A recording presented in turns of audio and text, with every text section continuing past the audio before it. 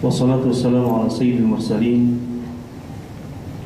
khairil ghurril muhajjalin nabiyyina wa habibina Muhammadin wa ala alihi wa sahbihi ajma'in wa man istanna bi sunnatihi wa tabi'a hudahu ila yaumiddin. Amma ba'd. Kaum muslimin dan muslimat, jemaah salat zuhur yang berbahagia, alhamdulillah kita panjatkan syukur kepada Allah Subhanahu wa taala. Pada siang hari ini kita dipertemukan Allah di tempat yang mulia untuk bersama-sama melaksanakan salat zuhur dan melanjutkan dengan kajian ilmu yang merupakan salah satu kebutuhan dasar kita sekaligus kewajiban yang ditetapkan oleh ajaran agama kita, sebagaimana sabda Rasulullah SAW, "Talabul ilmi fardhatun 'ala kulli muslim." Mencari ilmu adalah kewajiban setiap orang muslim. Masyaallah muslimin rahimakumullah. Pada kesempatan kali ini kita akan membahas tentang sirah Rasulullah SAW atau kehidupan junjungan kita semua, qudwah kita semua, teladan kita yang ditetapkan oleh Allah sebagai teladan, yaitu Rasulullah SAW. Tema ini saya kaitkan dengan peran terbesar keberadaan Rasulullah SAW sebagai utusan Allah di tengah manusia, yang disebut sebagai Ar-Rahmatul Muhdah. Ini yang saya terjemahkan sebagai rahmat Allah yang terberi. Artinya keberadaan Rasulullah SAW di tengah manusia merupakan wujud atau salah satu wujud dari rahmat Allah kepada manusia. Tanpa Rasul SAW, maka umat manusia secara keseluruhan benar-benar dalam keadaan yang tidak menentu. Al-Quran membahasakannya dengan satu terminologi yang sederhana tetapi sangat mendalam: jahiliyah. Jahiliyah berasal dari kata jahil, dan jahil artinya lawan kata dari alim atau ilmu. Ilmu di sini bukan semata-mata pengetahuan, tapi ilmu yang bersifat komprehensif, holistik, yang menggabungkan antara pengetahuan keduniaan manusia dengan kebahagiaan manusia yang dikehendaki oleh Allah di akhirat. Artinya gabungan antara fisik dan metafisik. Ini yang tidak ada dalam masyarakat pra-Islam. Ini yang menjadi kekosongan besar manusia sebelum Rasulullah SAW diutus.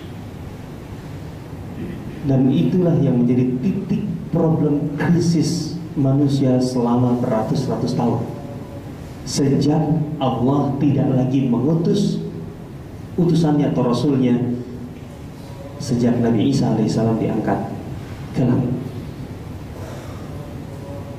Kita tentu tahu jarak antara Nabi Isa dengan Rasulullah itu lebih kurang 500 tahun atau bahkan lebih. Artinya ada masa kekosongan Rasul selama 500 tahun lebih. Dan itu artinya manusia tidak mendapatkan satu petunjuk dan pedoman hidup yang jelas yang biasanya Allah turunkan bersama para Rasul yang diutusnya, sehingga manusia galau, bimbang, dan kehidupan hancur.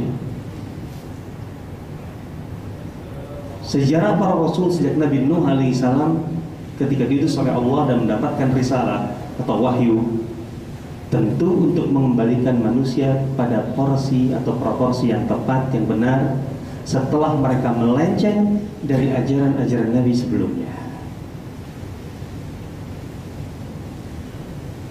Ketika mereka menyimpang, menyeleweng, dan tentu dampaknya adalah, kalau dalam bahasa Al-Quran, kehilangan keadilan, unsur keadilan, sehingga keseimbangan dalam kehidupan itu benar-benar tidak ada. Tidak ada miqyas parameter yang bisa dijadikan pedoman.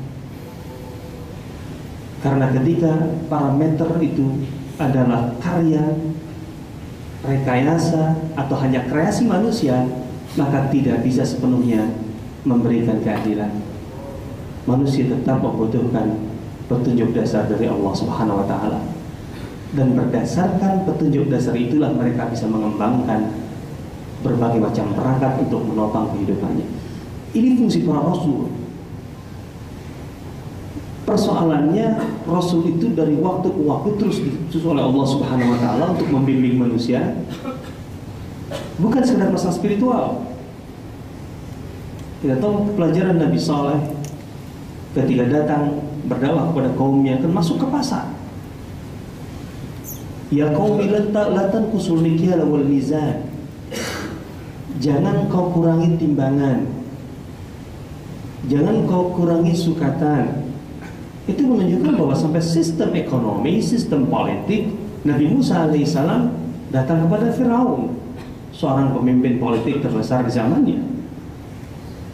Dan kemudian ketika Firaun runtuh, Nabi Musa alaihissalam dengan pelajarannya mengajarkan generasi Bani Israel pada masanya untuk kemudian bangkit dan mewujudkan pemerintahan Islam sesuai dengan perintah Allah Subhanahu wa Ta'ala. Dan itu berhasil. Dan kemudian Nabi Daud alaihissalam, Nabi Sulaiman alaihissalam, Nabi sekaligus raja yang sangat besar di masanya. Artinya semua unsur kehidupan manusia tidak lepas dari tuntunan wahyu. Persoalannya, setelah Nabi Isa diangkat oleh Allah dalam akidah Islam dan dalam akidah kita, selama 500 tahun itu disebut Al-Quran sebagai ala fatratin minar rusul. Di masa fatrah, di masa ketiadaan para rasul, kekosongan para rasul. Dan artinya selama 500 tahun itu manusia tidak mempunyai pegangan yang jelas yang menjadi arus kehidupan masyarakat di masanya. Ini yang menjadi persoalan. Selalu ada orang yang mewarisi pelajaran dari nabi-nabi terdahulu. Selalu ada yang istiqomah. Selalu ada orang-orang atau individu-individu yang berusaha untuk tetap menjadi soleh. Tetapi individu-individu ini yang benar, entah itu mengikuti ajaran Nabi Musa, entah itu mengajar Nabi Isa atau Nabi yang lain, hanya individu-individu yang tidak membentuk arus yang mewarnai atau berpengaruh di masanya. Ini jadi persoalannya. Maka ketika Allah mengutus Nabi Muhammad SAW dan Iqra bismi rabbika alladzi khalaq, itulah rahmat Allah yang Allah berikan begitu saja kepada manusia, sehingga manusia kembali punya pedoman. Dan dibuktikan oleh Rasulullah bersama para sahabatnya ketika menerapkan ajaran Allah yang terakhir itu. Ketika mereka tentu menjadi fondasi, mereka menjadi benih. Lahirlah dari benih ini yang dalam Al-Quran disebut dengan kalimat thayyibah, yang digambarkan atau diilustrasikan seperti pohon yang asluha thabitun, akarnya menghunjam ke dalam tanah begitu kokoh, kuat, wa far'uha fis sama, sementara cabang-cabangnya menjulang ke angkasa.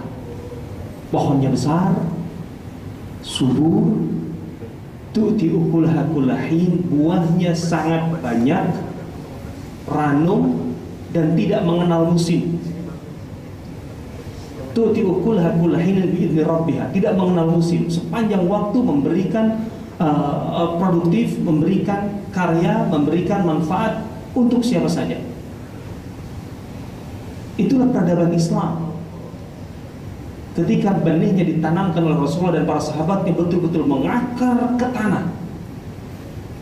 Dan ketika di zaman Khulafaur Rasyidin mulai tumbuh, kemudian dikembangkan oleh Bani Umayyah, Abbasiyah dan seterusnya, terus menjulang ke angkasa. Sebagai karya manusia, peradaban tentu ada persoalan, selalu ada kekurangan, tapi garis besarnya tetap itu merupakan sebuah karya besar yang dalam kerangka sejarah mau tidak mau harus diakui bahwa selama 7 abad atau lebih kurang 700 tahun dunia meniru peradaban Islam. Dunia sangat bergantung dengan produktivitas umat Islam 7 abad, mau tidak mau. Barat individu-individu yang mengakui, walaupun secara umum menolak, dalam arti mencoba menghapus dari wajah sejarah. Mereka selalu meloncat. Kalau dari abad pertengahan Eropa itu loncat sekitar 6-7 abad langsung ke Renaissance Eropa.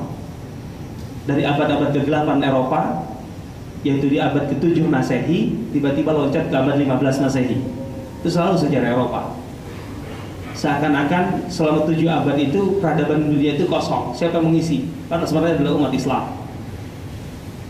Dalam sebuah bukunya Dr. Hamid Fahmi Zarkasi tentang peradaban, dia menulis bahwa ketika umat Islam mulai mengenal dunia luar dengan asluha yang sabit tadi, dengan akarnya sangat menghujam ke dalam, kokoh sekali akidahnya, mereka berinteraksi kemudian waktu itu dengan hasil-hasil atau karya peradaban Cina, India, Eropa, dan lain-lain dalam matematika, astronomi, kemudian filsafat dan sebagainya.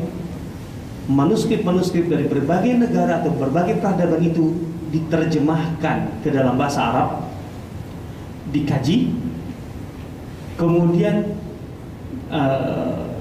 ditulis ulang hasil kajian mereka, sekaligus memberikan tambahan-tambahan yang sangat berharga yang menyempurnakan ilmu matematika, astronomi, kedokteran dan seterusnya dan seterusnya. Dan semuanya dalam bahasa Arab. Uniknya, ketika Eropa menyadari dan mulai bangkit, yang mereka lakukan untuk mempelajari hasil karya ilmuwan-ilmuwan Eropa sendiri, tidak langsung ke dalam bahasa Latin atau bahasa Eropa, tapi mereka masuk ke dalam bahasa Arab, mempelajari bahasa Arab dan menerjemahkan karya-karya ilmuwan dan ulama muslim ke dalam bahasa Eropa. Jadi Eropa itu mengenal kembali warisan khazanah intelektual Eropa melalui bahasa Arab. Dan tidak tanggung-tanggung proses penerjemahan yang dilakukan oleh orang-orang Eropa terhadap karya-karya ulama Islam dalam bahasa Arab itu berlangsung selama 500 tahun. Dari sejak perang salib lebih kurang tahun 1000-an, 900 sekian, 1000 sampai 1500, itu penerjemahan paling gencar. Dari situlah kemudian Renaissance Eropa muncul. Ini jelas gambarannya. Artinya ketika kita mempelajari Rasulullah atau kehidupan Rasulullah, bukan sekedar kita mempelajari aspek spiritualitas dari sebuah keyakinan atau ajaran yang memupus dahaga kejiwaan, bukan, atau memberikan gambaran metafisik, enggak. Tapi kembali kepada titik semula risalah atau misi penciptaan manusia, sebagaimana dikatakan atau difirmankan Allah kepada malaikat, ini ja'ilun fil ardi khalifah. Perwujudan atau implementasi khilafah yang disebutkan dalam ayat surah Al-Baqarah itu ayat 30 kalau tidak salah, itu kemudian diwujudkan dengan jelas, dengan baik, sempurna oleh Rasulullah SAW dan para sahabat dan para penerusnya. Dari sini kita tahu pentingnya mengenal sosok sang Rasul SAW dekat. Rasulullah SAW adalah teladan atau model paling sempurna dari dambaan dan harapan kita setiap saat. Kalau saya mengatakan kita setiap salat membaca surah Al-Fatihah, dan dalam surah Al-Fatihah itu sebagaimana kita tahu dalam hadis qudsi Allah mengatakan, aku bagi Al-Fatihah itu menjadi 2. separohnya untukku, separohnya untuk hambaku. Karena dalam Al-Fatihah itu ketika mulai Alhamdulillahirabbil alamin arrahmanirrahim, itu seorang hamba yang membaca Al-Fatihah sedang mengagungkan Allah, memuji Allah, maka mengatakan itu untukku. Hamidani abdi, hambaku sedang memujiku. Asna alayya abdi, hambaku sedang menyanjungku. Dan seterusnya sampai iyyaka na'budu wa iyyaka nasta'in. Ini garis pemisahnya untuk Allah, dan sekaligus pernyataan dari seorang hamba bahwa dirinya hanya meminta pertolongan dan hanya menyembah Allah Subhanahu wa taala. Dari situ kemudian baru turun untuk sang pembaca atau si pembaca, yaitu hamba, yaitu kita semua, ketika kita memohon kepada Allah, iyyaka na'budu wa iyyaka nasta'in ihdinas siratal mustaqim. Permintaan yang paling banyak kita ucapkan, kita mintakan kepada Allah adalah ini. Yang paling banyak kita minta kepada Allah ini. Ihdinas siratal mustaqim. Ya Allah, tunjukkan padaku jalan yang lurus. Siratal mustaqim, jalan yang lurus itu apa? Kan pertanyaan kalau saya kembalikan sekarang, kita setiap saat meminta kepada Allah jalan yang lurus. Apa jalan lurus yang kita minta? Apa itu? Apakah kita menyadarinya persis sebenarnya apa itu jalan lurus yang kita minta? Dalam surah Al-Fatihah tidak dijelaskan secara eksplisit maksud ihdinas siratal mustaqim, tapi dijelaskan dengan lawannya. Jadi kalau jalan lurus yang kita minta, lawannya adalah jalan tidak lurus, yang menyimpang. Yang menyimpang itu dua, yaitu siratal ladzina an'amta 'alaihim, itu jalan yang kau berikan kepada mereka. Sekali lagi tidak eksplisit, mereka ini siapa? Yaitu jalan yang telah diberikan, telah engkau berikan kepada mereka. Memang ada gambarannya, yaitu jalan itu memang pernah diberikan oleh Allah. Kita minta sekarang siratal mustaqim. Siratal mustaqim itu apa? Jalan yang pernah diberikan oleh Allah kepada siapa? Kepada mereka. Mereka nggak jelaskan di sini. Penjelasannya adalah lawannya, ghairil maghdubi alaihim, satu, waladhdallin, dua, yaitu jalan, bukan jalan orang yang maghdub alaihim, dan juga bukan jalan orang yang dhalun. Al-maghdub alaihim adalah orang yang dimurkai Allah, terjemahnya. Ad-dhalun adalah orang yang sesat.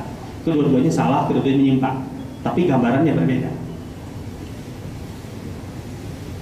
Benang merah penyimpangannya adalah dua hal, yaitu ilmu dan amal. Ilmu dan amal. Jadi asas normatifnya dengan asas implementasinya.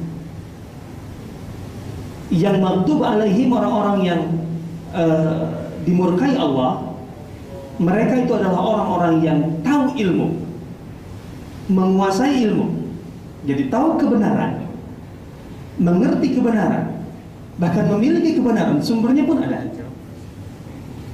Hanya saja mereka menolak, tahu, menguasai, tapi menolak mengamalkan kebenaran itu. Makanya mereka dimurkai, maghdub alaihim. Tahu tapi tidak mau mengerjakan. Yang satu kebalikannya, ingin berbuat baik tetapi tidak punya landasan ilmu yang benar, karena pedoman dan sumbernya tidak jelas. Walaupun niatnya benar, tapi kemudian implementasinya salah karena tidak punya ilmu yang benar, maka tetap salah, menyimpang. Dua-duanya dihindari. Jadi sirat mustaqim itu tidak yang mempunyai ilmu tapi menolak mengamalkannya, tidak pula orang yang ingin beramal soleh tapi tidak punya ilmunya. Itu sama-sama salahnya. Berarti di antara tengah-tengah itu. Representasi orang-orang yang dimurkai Allah, maghdub alaihim, yang punya kebenaran, mengerti kebenaran, tetapi menolak mengerjakannya atau mengamalkannya adalah Yahudi.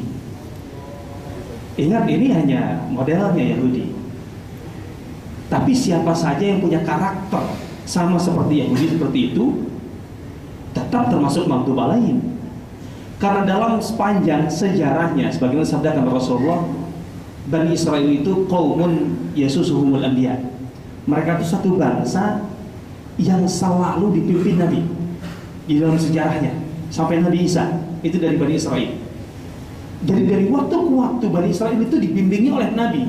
Bayangkan kalau dibimbing oleh Nabi, artinya wahyu Allah selalu turun, kebenaran selalu ada. Mereka tidak pernah hilang pegangan sebenarnya. Tapi kemudian dalam implementasi pengamalannya mereka menolak. Dalam sejarahnya justru mereka lah kaum yang paling durhaka secara umum, karena yang taat sedikit, katakanlah begitu. Yang taat tentu dapat rahmat dari Allah. Ini yang menolaknya itu sampai pada titik paling nadir mereka membunuh para nabi. Sumber kebenarannya dibunuh, bayangkan saja betapa dosanya mereka itu tinggi. Makanya maghdub alaihim itu di situ.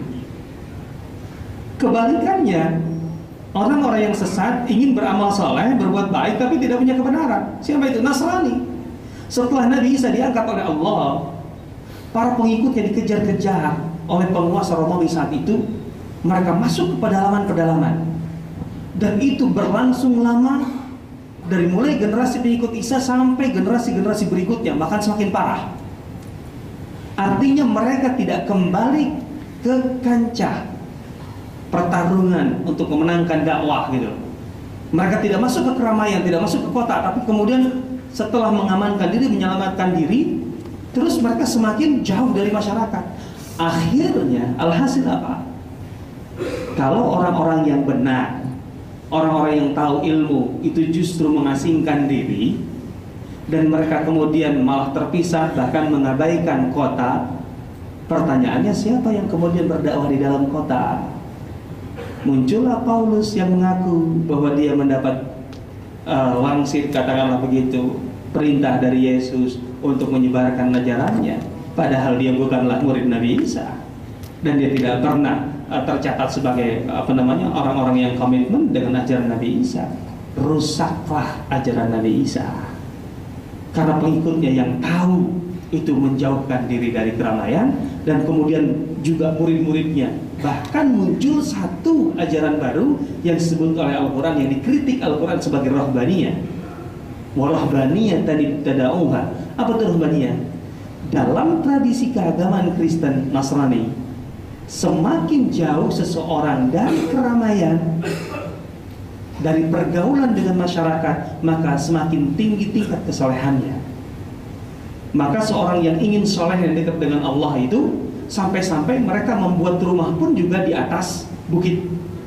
Mungkin pernah dengar kisah Bahira, seorang pendeta atau rahib yang ketika Rasulullah masih berusia 12 tahun dibawa pamannya berdagang ke Syam. Di tengah jalan dicegat oleh Bahira. Dalam satu sumber riwayat disebutkan untuk pertama kalinya Bahira itu turun ke bawah bukit sejak dia naik, karena dalam keyakinan mereka semakin tidak pernah turun masuk ke pasar atau ke keramaian itu semakin soleh, bahkan sampai tidak menikah sampai titik itu, karena menikah akan mengganggu kesolehan, gitu. Makanya kan kemudian Rasulullah marah ketika ada seorang yang masuk Islam dan ingin tahu ibadah Rasulullah. Dia bertanya bahwa Rasulullah begini dijelaskan. Maka di antara mereka berkata begini, Rasulullah yang dijamin masuk surga saja ibadahnya begitu, bagaimana kita? Kalau gitu kita tidak akan pernah dekat. Untuk itu kata dia, saya yang satu mengatakan aku tidak akan pernah menikah, la atazawwaju abadan. Yang satu mengatakan aku tidak akan pernah tidur dan akan sholat malam setiap saat. Coba bayangkan saja, artinya setiap malam sejak Isya itu sampai subuh tidak akan pernah tidur sepanjang umurnya. Yang satu mengatakan aku tidak akan pernah berbuka sepanjang umurku, aku akan puasa. Rasulullah marah. Kata Rasulullah, aku adalah orang yang paling takwa, yang paling saleh di antara kalian. Rasulullah mengatakan, wa atazawwaju nisa, aku itu menikah. Orang yang paling saleh itu menikah. Gitu loh. Ya jangan menganggap kalau dengan tidak menikah kemudian bisa lebih saleh, nggak bisa. Siapa yang lebih saleh dari Rasulullah? Bahkan Rasulullah mengatakan, wa atazawwaju nisa, istriku nggak satu kan gitu. Oh, bukan berarti juga kalau ingin lebih soleh istrinya lebih dari satu, enggak juga. Nah, untuk konteks kita enggak, bukan dalam itu artinya. Itu bukan ukuran kesolehan ya. Jangan salah tafsir maksudnya. Nah, yang penting rohbaniyah ini. Makanya Rasulullah mengatakan la rohbaniyah tapi Islam, tidak ada rohbaniyah dalam Islam. Artinya kesolehan dalam Islam itu tidak diukur dengan seberapa jauh dia dari masyarakat. Malah justru seharusnya orang yang soleh itu adalah orang yang masuk ke kancah masyarakat dan dengan karakternya sebagai muslim, dia mewarnai bukan diwarnai, dia mengubah bukan berubah, dia menegakkan amar ma'ruf dan nahi munkar. Itu titik kesolehan tertinggi bagi seorang muslim. Jadi kebalikan dari ajaran Nasrani. Nasrani itu ingin baik tapi salah caranya gitu loh. Karena tidak punya sumber setelah Nabi Isa diangkat ke langit. Bani Israel di masanya setiap saat bersama Nabi, tapi kemudian durhaka pada Nabi itu, bahkan membunuh mereka. Kan luar biasa. Nabi Zakaria dibunuh, Nabi Yahya dibunuh, banyak nabi-nabi yang dibunuh dalam sejarah mereka. Nah itu dia. Bahkan ketika Rasulullah muncul pun mau mereka bunuh, kan begitu. Nah kalau begitu, kalau orang-orang yang sesat, yang jalan yang salah, yang menyimpang, yaitu maghdub alaihim, dimurkai dan sesat, ada representasinya. Terus siratul mustaqim yang kita minta representasinya siapa? Kan gitu. Allah hanya menyebutkan siratal ladzina an'amta alaihim, yaitu jalan yang engkau berikan, yang engkau tunjukkan, yang engkau anugerahkan sebagai nikmat kepada mereka. Mereka ini siapa? Keterangan mereka ini ada di surah An-Nisa ayat 69. Yaitu faulaikal ladzina an'ama Allahu 'alaihim minan nabiyyin wasiddiqin wasyuhada wassalihin wa hasuna ulaika rafiqa. Inilah tafsir yang paling jelas, paling eksplisit dari orang-orang yang telah diberikan nikmat, yaitu jalan yang lurus itu. Yang mereka itu adalah nabiyyin, siddiqin, syuhada dan salihin. Para nabi, para siddiq, para syahid dan orang-orang soleh. Itulah mereka representasi dari siratal mustaqim. Kalau kita lihat di nomor pertama adalah para nabi. Siapa yang berada di puncak para nabi itu? Muhammad sallallahu alaihi wasallam. Kalau kita baca yang kedua, siddiqin, siapa yang berada di puncak para siddiqin itu? Abu Bakar As-Siddiq, karena siddiqnya diberikan oleh Allah atau Rasulullah SAW. Kalau kita syuhada, yang syahid, siapa cermin-cermin syuhada yang paling luar biasa? Juga yang bersama Rasulullah SAW. Mulai dari syuhada Badar, syuhada Uhud.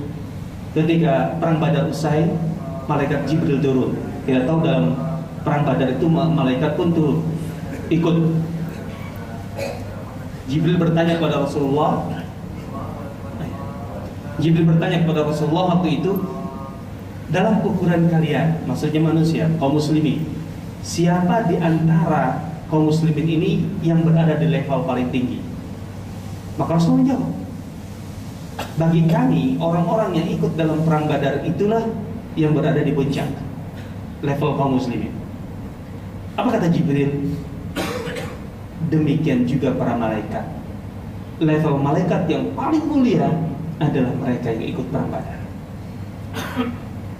Kalau begitu syahidnya pun juga demikian, salehnya pun juga demikian. Dengan demikian kesimpulan sederhananya, maka kalau kita mempelajari atau dalam arti menyikapi sirah Rasulullah SAW, itu artinya kita sedang membaca, mempelajari representasi daripada siratal mustaqim yang kita minta setiap waktu. Makanya bagi saya, belajar sirah itu bukanlah pelajaran sampingan, seharusnya wajib. Setiap muslim itu di rumahnya selain ada Al-Quran, selain ada kitab hadis, seharusnya tentu, walaupun saya yakin belum tentu semua di sini juga punya kitab hadis di rumahnya. Yang terakhir harus punya kitab sirah Rasulullah SAW. Karena bagaimana kita bisa membaca implementasi dari Al-Quran, praktek nyata dari Al-Quran yang 23 tahun diturunkan. 23 tahun diturunkan itu artinya sekaligus diamalkan. Oleh siapa? Ya oleh Rasul dan para sahabatnya.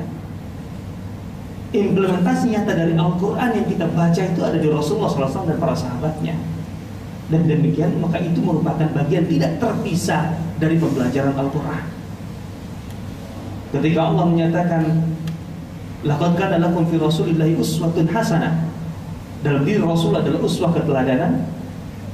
Wa innaka la'ala khuluqin azim, engkau mempunyai akhlak yang sangat luhur, yang sangat agung. Itu bukan semata-mata Allah memberikan pernyataan supaya kita tahu, bukan aspek pengetahuan saja yang dikejar, bukan. Kalau begitu teladani, ikuti. Inilah sosok yang paling paripurna, paling jelas, paling sempurna, yang bisa mengguide kita, mengarahkan kita kepada jalan yang lurus itu. Mulai dari aspek syama'ilnya, kehidupan pribadinya. Contohnya kalau kita bicara tentang muamalahnya Rasulullah dengan sesamanya, dengan keluarganya saja. Aisyah istri Rasulullah pernah ditanya, bagaimana apa yang dilakukan aktivitas Rasulullah kalau masuk dalam rumah? Kalau di luar rumah kan ketahuan. Kalau masuk rumah apa? Kana fi mihnati ahli. Kata Aisyah radhiyallahu anha, Rasul itu kalau masuk rumah, ya ikut sibuk ngurus urusan rumah. Barangkali tidak semua kita laki-laki yang sibuk keluar kerja, kalau masuk ke rumah kan inginnya pengen istirahat, udah capek. Rasulullah itu di luar begitu sibuknya. Nabi, panglima perang, memikirkan strategi militer, mengatur masyarakat, mengatur pasar dan seterusnya. Beliau tangani itu, beliau terjun langsung. Ketika masuk ke rumah, karena fi mihnati ahli, urusan Aisyah, urusan Ummu Salamah, urusan istri-istrinya, Rasulullah ikut sibuk. Kalau perlu beresin lemari, ya bahasa kita beresin lemari. Kalau perlu melipat baju, kalau ada yang perlu dijahit beliau jahit, kalau ada sendalnya yang perlu diperbaiki. Karena fi mihnati ahli, itu yang Rasulullah. Sampai apa? Kecuali kalau beliau mendengar azan, maka semua beliau tinggalkan. Beliau seakan-akan lupa segalanya dan kemudian ke masjid. Itu Rasulullah sampai titik itu loh. Orang nggak ada lah kita yang seharusnya beralasan sibuk itu untuk kemudian menyentuh pekerjaan istri atau untuk sekedar mencucikan piring kalau tidak sempat dicucikan istri atau yang lain-lain. Akhlaknya, zuhudnya dan seterusnya jangan tanya. Visinya, pandangannya luar biasa. Ketika Madinah dikepung oleh Ahzab, pasukan sekutu, kaum muslimin terjepit, Rasulullah mengatakan jangankan Quraisy, Persia akan kalian taklukkan, Romawi akan kalian taklukkan, Yaman akan kalian tundukkan. Jauh sekali cara pandangnya. Ketika kemudian berhasil memenangkan perang Ahzab, Khandaq, Rasulullah berkata, musuh-musuhnya ketika pulang, al-an nagzuhum wa la yaghzunana. Sejak saat ini mereka tidak akan pernah bisa kembali menyerang kita, justru kita yang akan menyerang mereka. Kita sudah bebas dari posisi ofensif menjadi posisi defensif menjadi ofensif. Luar biasa, pandangan yang sangat jauh sekali. Dan risalahnya misi Rasulullah SAW, yaitu untuk menyebarkan rahmat Allah di muka bumi. Betul ada perang, tapi Islam itu tidak disebarkan oleh perang. Justru sebelum adanya Islam, perang di masyarakat, entah itu masyarakat Arab ataupun masyarakat luar Arab sebagai penutup, tidak pernah berhenti dan tidak bisa dihentikan. Dalam tradisi jahiliyah Arab contohnya, kalau ada seorang anggota keluarga terbunuh, maka semua anggota keluarga korban merasa berhutang sebelum bisa membalaskan darahnya. Dan pandangan yang sama akan diterima oleh orang yang kemudian dibunuh dari musuhnya. Akhirnya perang itu bukan lagi 7 turunan, tidak pernah selesai. Tapi sejak Islam masuk ke kancah ini dan kemudian otomatis ikut berperang, tidak pernah lagi terjadi perang atau semua peperangan jahiliyah itu berhenti. Laula da'ullahi nasa ba'dhum bi ba'd. Itu dalam Al-Qur'an. Ini sunnatul tadafi. Artinya kebiasaan yang melekat dihentikan dengan cara yang sama tapi untuk berhenti. Sejak itu tidak ada lagi perang jahiliyah, tidak pernah. Betul-betul perang itu lillahi kalimatillah yang sifatnya sangat-sangat selektif, syaratnya sangat berat, tidak seperti invasi Amerika sekarang sekalipun walaupun mereka merasa lebih maju dan modern. Ini tentu pembahasannya panjang, tapi intinya seperti itu. Sehingga dengan demikian Islam yang tadinya hanya memancar di tengah jazirah Arab yang gersang selama 1400 tahun, sekarang ini yang kita rasakan sampai di bumi pertiwi di Indonesia. Dari penduduk Indonesia atau Nusantara yang tadinya sepenuhnya bukan Muslim, Buddha, Hindu, animisme, dinamisme, Bayangkan, bisa berubah hampir sepenuhnya, hampir 100% menjadi muslim. Ini bukan pekerjaan mudah, dan tanpa satu misi peperangan apapun. Bayangkan saja bagaimana sebuah masyarakat dari 100% bukan muslim bisa menjadi 100% hampir muslim, hampir 100% muslim. Tidak mudah, tapi itulah karena misi Rasulullah SAW. Karena beliau itu menyampaikannya dengan kasih sayang atau rahmat. Beliau adalah rahmat yang terberi. Wallahu ta'ala alam. Para jemaah sekalian, mohon maaf ada kebanyakan barangkali. Saya kembalikan ulang. Syukur saya keluar nasib Ustaz Hasan. Mungkin dari sekian banyak peserta ada yang mengajukan pertanyaan. Dibuka untuk sesi tanya jawabnya. Satu pertanyaan mungkin. Ya.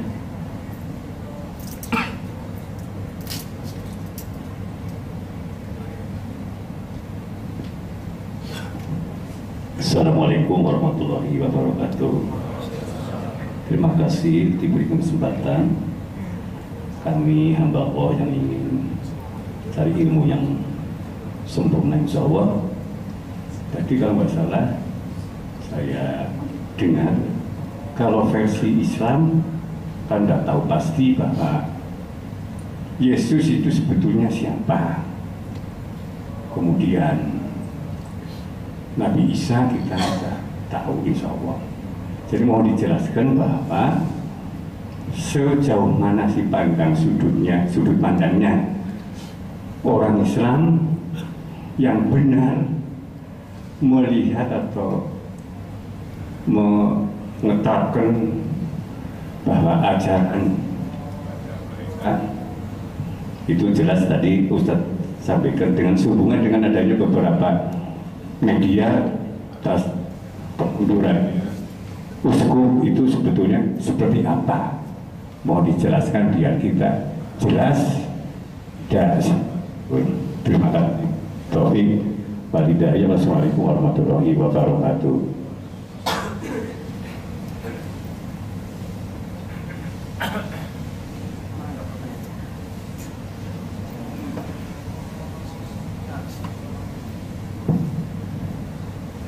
Untuk memahami persoalan pandangan Islam terhadap Yesus lah, Al-Quran itu turun sebagai risalah penutup, wahyu terakhir, yang otomatis akan berbicara tentang masalah keagamaan yang berlaku sebelumnya.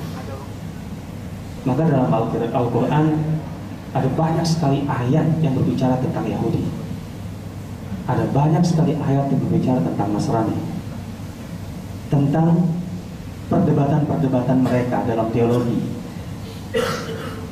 Laqad kafara, setelah kafirlah alladzina qalu, orang-orang yang berkata innallaha tsalitsu tsalasa, Allah itu adalah salah satu unsur dari 3 unsur yang ada. Tentu ini berbicara tentang sebuah perdebatan panjang dalam teologi Kristen tentang hakikat Tuhan. Artinya Al-Quran tidak berbicara dalam sejarah yang kosong, sejarah baru, enggak. Sehingga ketika dalam Al-Quran contohnya begini, kata Isa dalam Al-Quran selalu dikaitkan atau dihubungkan dengan Maryam. Isa bin Maryam, dan ini merupakan satu karakter tersendiri. Dalam arti ketika menyebutkan nama-nama orang dalam Al-Quran,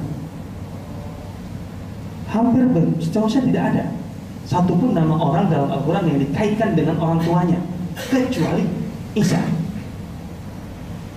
Isa selalu katakan Isa putra Maryam, Isa putra Maryam, Isa putra Maryam. Itu secara langsung untuk mengatakan Isa itu bukan anaknya Tuhan, anaknya Maryam, anak manusia. Ini sebuah penegasan sejak awal, penegasan diksi, penegasan pernyataan. Dari ungkapannya saja sudah jelas. Artinya Yesus yang dipersoalkan dalam teologi Kristen itulah Isa dalam pandangan Islam, dan dia adalah hamba Allah dan Rasulnya, bukanlah Tuhan.